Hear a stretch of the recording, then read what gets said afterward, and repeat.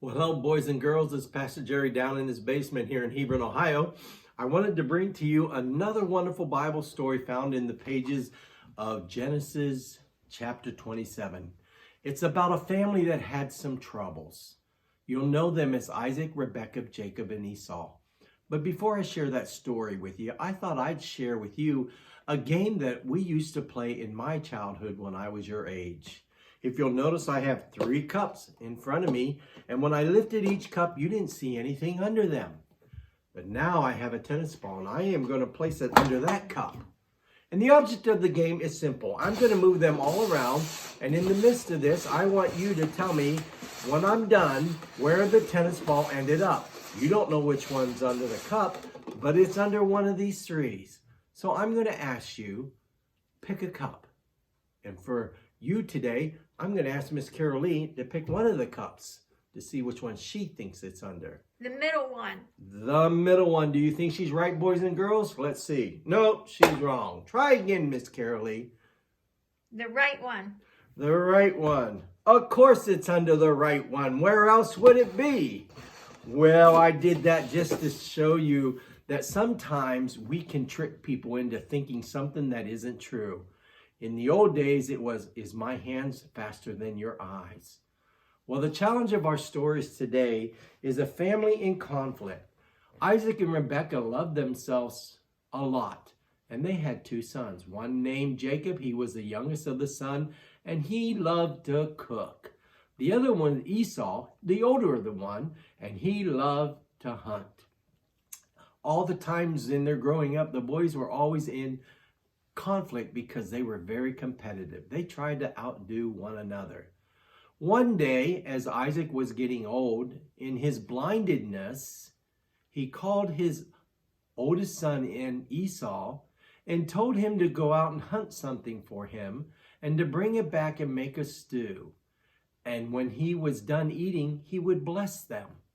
You see, boys and girls, in those days, the oldest son was able to be blessed, and that meant that he gained the right to take care of the family when his father was gone. All that his father had became his, and everyone under his father had to be the servant of him. So Isaac told Esau to go out and hunt and make him a stew. But in the background, what we don't see was Rebekah, whose favorite son was Jacob, was listening to their conversation. And as Esau went out to catch something and hunt something in the field, she called Jacob together and said, let's make this stew for him. And I'm going to send you in, and you're going to pretend to be your brother, and your father is going to give you the blessing instead. So that's what they did. They hurried up and they cooked the stew, and old Jacob went in to his father, who couldn't see, and asked for the blessing and fed him. And the father, being a wise old man, although he couldn't see, thought something wasn't right. You see, Esau's voice was deeper than Jacob's, and Esau's hands were hairier than Jacob's. So when Jacob went in to his father, he began to notice something wasn't right. So he reached down and grabbed Jacob by the arm to feel if his hands were hairy. But Jacob had killed another animal and put the fur on his hand so that when his father, if he would touch him, would feel the thickness of his hair on his hand. Well, that trick worked. And old Israel gave Jacob the blessing. Old Isaac gave Jacob the blessing, and he sent him on his way. Well, later Esau would come into the picture and said, Father, I've done what you asked me. Now give me the blessing. And immediately Isaac began to weep and cry because he knew he had been tricked. But he had to tell Esau that it was too late, that the blessing had already been given. Because in those days, your word was everything. And if you said it, there was no taking it back. Well, we know today our words get us in a lot of trouble.